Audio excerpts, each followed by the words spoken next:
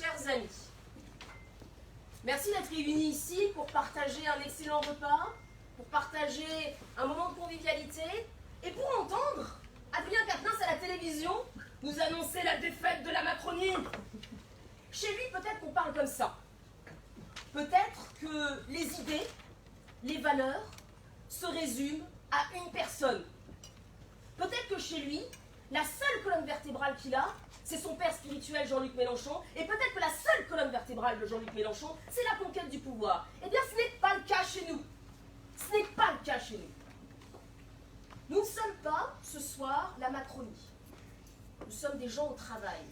Nous sommes des gens qui avons un projet. Nous sommes des gens qui avons porté le projet d'un homme, d'un parti, d'un ensemble de partis. Nous sommes des gens qui avons porté un projet qui a eu une majorité au présidentiel. Nous l'avons boité, nous l'avons tracté, nous sommes allés le raconter en porte-à-porte. Et ça n'a pas de prix aujourd'hui. Ça n'a pas de prix dans un monde où on va avoir un extrême d'un côté qui va parler à un extrême de l'autre, et où notre majorité, car c'est tout de même une majorité, va devoir chercher la concorde et raccommoder la France projet par projet. Bravo. Bravo. Et vous pouvez être extrêmement fiers, chacun, d'avoir participé à une campagne qui nous a vu nous opposer au numéro 2 de la France insoumise, dans une circonscription qui n'était pas une circonscription facile, où on venait nous demander chaque jour « Est-elle gagnable cette circonscription ?» Non mais la question n'était pas là, la question n'était pas de savoir si la circonscription allait être gagnable. La circonscription gagne à nous avoir tous ensemble prêts à travailler pour elle. Ouais.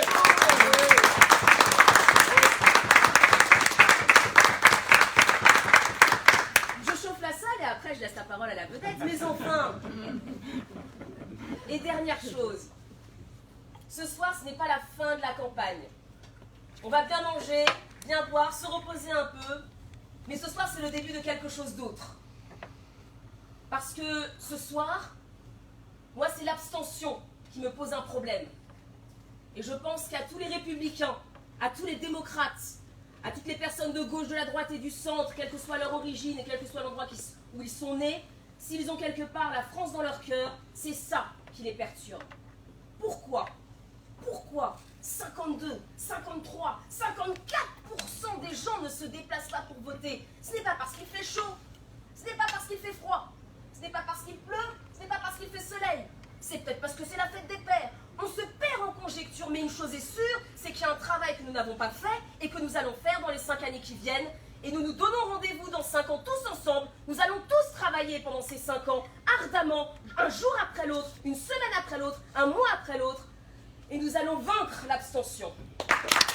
Bravo! Applaudissez pas les stagiaires. Bravo!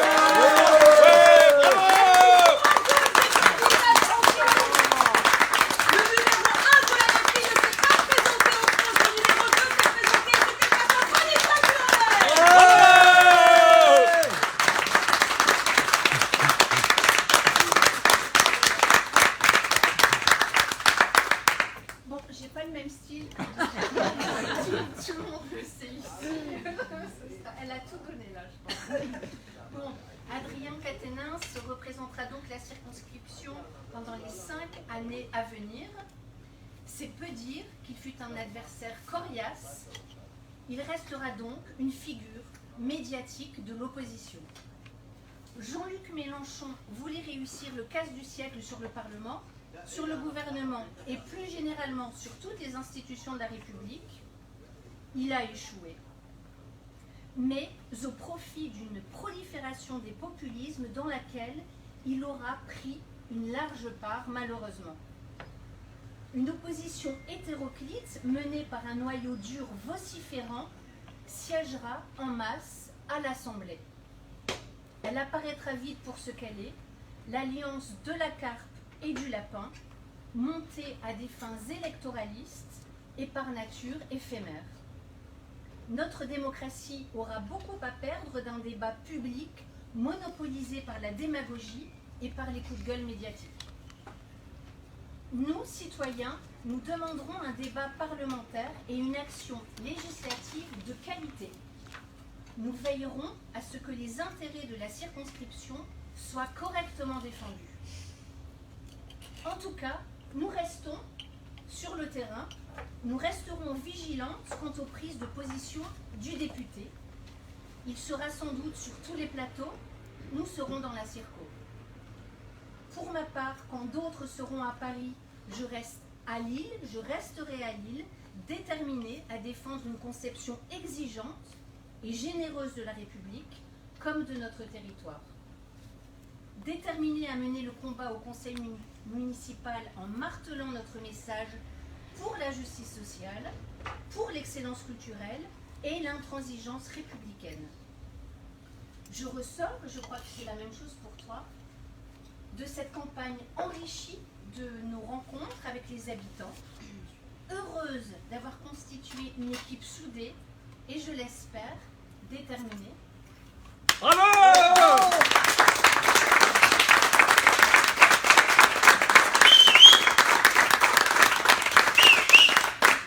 Je remercie bien sûr les électeurs qui se sont déplacés, qui ont cru en nous, ainsi que tous les militants qui m'ont accompagné pendant cette campagne. Ensemble, nous avons montré qu'une voie différente existait à Lille, que nos villes de Lille, de Faches-Tuménil et de Los et notre circonscription avaient besoin de pluralisme et de respiration démocratique. Chers amis, en avant, calme et droit. Merci à vous. Bravo!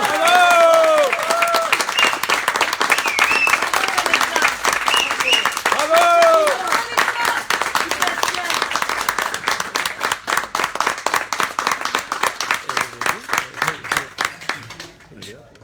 Je pense que Si vous souhaitez que j'intervienne, il faudrait que j'intervienne en tandem avec mon président de fédération, quand même, tous les deux, puisque je pense, cher président, nous pouvons à notre tour féliciter nos candidates. Nous disons une phrase sur deux. Chantal Ribac. Dans la 16e circonscription du Nord, et Vanessa Duhamel et Khadijatou, et n'oublions pas d'ailleurs, puisque nous citons les suppléants, également le suppléant de Chantal Ribac, qui est Hugues Warusfeld, qui est un élu municipal modèle de la commune de Dechy. Nous avons montré, je crois, notre implantation territoriale, notre motivation, et avant que notre président vous parle avec la sagesse et l'autorité présidentielle qui est la sienne, je dirais avec les fantaisies que vous me connaissez, que ce que j'ai aimé dans votre campagne, c'est vraiment votre détermination à incarner les valeurs démocratiques qui sont les nôtres. Il n'y a pas ici que des adhérents ou des militants du MoDem, à tout le moins pas encore, parce que nous avons bien sûr un carnet à souche, et on peut adhérer en ligne, moyennant 20 €, voire une réduction, si l'on a une situation économique précaire, ce qui est tout à fait respectable et légitime. Mais avant donc que vous n'adhériez toutes et tous, y compris les patrons du restaurant, que je remercie de leur hospitalité ce soir, puisqu'ils ont ouvert spécialement pour notre candidate, ce qui montre de l'hospitalité et aussi le charisme propre de nos deux candidates qui savent même faire ouvrir les restaurants fermés. On m'a dit, on sait dans la commune de Douai que je suis capable de dire les pires horreurs, alors disons-les, c'est-à-dire les pires vérités, disons-les. On m'a dit que le candidat qui aurait, paraît-il, remporté cette élection habitait à Bondu et qu'il serait dans un local tout spécialement affrété pour sa campagne électorale. Ce professionnel de la politique qui vient nous parler des Françaises et des Français qui sont dans la difficulté. Eh bien, les Françaises et les Français qui sont dans la difficulté, c'est vous qui les rencontrez chaque jour dans vos quartiers, dans vos métiers, parce que vous n'êtes pas des professionnels de la politique, parce que vous ne gagnez pas 5 000 € net par mois pour 5 amendements en 5 ans. Un amendement par an pour 5 000 € par mois. Un amendement par an et des paquets de nouilles brandis à l'Assemblée ou des codes du travail brandis par des femmes et des hommes dont le chef de file a un patrimoine de 2 millions d'euros en n'ayant jamais travaillé depuis 44 ans.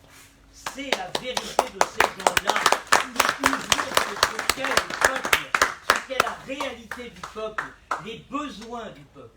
Et j'ai aimé vos propos, vous disiez que vous continueriez d'être présente sur le terrain. Parce que c'est en allant chaque jour à la rencontre de nos concitoyens que vous leur montrerez que nous sommes des citoyens comme les autres. Nous avons, Frédéric et moi-même, des professions. Frédéric est conseiller régional et pourtant il continue d'exercer un métier. On peut avoir un mandat en continuant d'exercer un métier. On peut rester parmi nos concitoyens. On peut rester un Français ordinaire. Et il n'y a rien de plus noble que d'être un Français ordinaire. Restez ce que vous êtes. Si j'ai un seul message à vous donner, restez ce que vous êtes. Ne devenez pas ces insupportables donneurs de leçons, ces braillards décravatés brandissant des codes et des paquets de nouilles.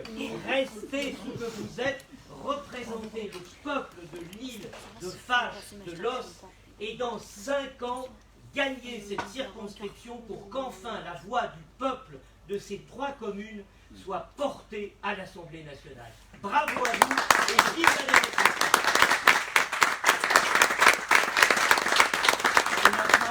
Le président qui va s'exprimer sérieusement. Bravo, d'abord, bravo. Bravo pour... Je recommence alors. Bravo pour votre campagne. Alors, vous savez que depuis Roubaix, je suivais sur les réseaux sociaux une campagne dynamique, joyeuse, constante, déterminée. C'était un combat qui était compliqué. C'est vous qui l'avez relevé. C'est vous qui avez été jour après jour sur le terrain à la rencontre des habitants.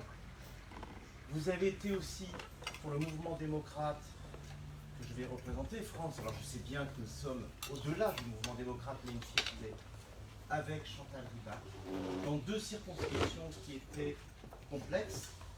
J'ai évidemment ce soir une pensée pour tous les candidats du mouvement démocrate et apparentés qui se sont battus dans des circonstances compliquées. On va saluer aussi à la victoire de certains d'entre eux. Je pense à Marc Fesneau, à Geneviève Darrieussecq. Le combat politique, c'est un combat du quotidien. C'est un combat que l'on mène dans son environnement, qu'il soit professionnel, qu'il soit associatif, qu'il soit dans son quartier. À Lille, autour de Vanessa, je sais que vous êtes investis au plus près du terrain pour accompagner les habitants. Ce travail-là paiera. Cette reconnaissance-là paiera. Parfois, c'est un peu plus compliqué, ça demande un peu plus de temps, mais la victoire sera encore plus belle. Vous aviez un candidat face à vous qui est un gouailleur, qui avait le ministère de la parole, qui faisait des phrases, qui était toujours en train de s'échiner à critiquer le gouvernement. Mais quel est son bilan au final? Pas grand-chose. Pas grand-chose. Alors oui, il a le talent de critiquer, c'est relativement facile. Nous, ensemble, on est dans la construction. Voilà. Ça demande une exigence beaucoup plus importante. Ça demande de tendre la main, ça demande de rentrer dans la compréhension de tous les enjeux, de parfois de mettre de côté son intérêt personnel. Voilà, et bien cette exigence, vous l'avez. Je vous encourage à la garder pendant encore 5 ans pour reporter ce combat dans quelques années. Et puis il y aura d'autres élections entre-temps, il y aura d'autres élections, notamment municipales. Eh bien, vous avez montré à travers cette élection législative, en tout cas dans la partie lilloise, que eh bien, il fallait compter avec vous. Et ça, c'est déjà une première pierre qui a été portée. Eh bien, je vous encourage à en amener d'autres, je vous encourage à poursuivre ce travail et puis à continuer à être aux côtés des habitants de cette circonscription. Ils auront besoin de vous parce qu'ils vont s'apercevoir que les députés ils envoient à l'Assemblée nationale, et bien finalement, n'ont pas grand-chose à apporter. Je fiche mon billet que dans quelques semaines, ce groupe d'opposition qu'on nous présente comme uni, très très fort, se fissurera, se craquellera. Et très très vite, on verra les oppositions entre ceux qui défendent une politique énergétique, par exemple, avec le renouveau du nucléaire. Je pense à Fabien Roussel, qui est élu ce soir. Comment arrivera-t-il à s'entendre avec Adrien Quatennens, qui veut fermer toutes les centrales nucléaires, dont on va en partie, enfin, et je préciserai entre parenthèses que salarié d'EDF, il était dans une entreprise qui faisait la promotion de cette source de production, et voyez, il a profité de son environnement professionnel, et aujourd'hui, pour des raisons partisanes et politiques, il tourne le dos à certaines valeurs. Bref, en tout cas, bravo, merci, bravo pour votre campagne, et puis, écoutez, bon appétit, et puis dès demain, il faut repartir, et puis vers d'autres combats. Voilà, merci.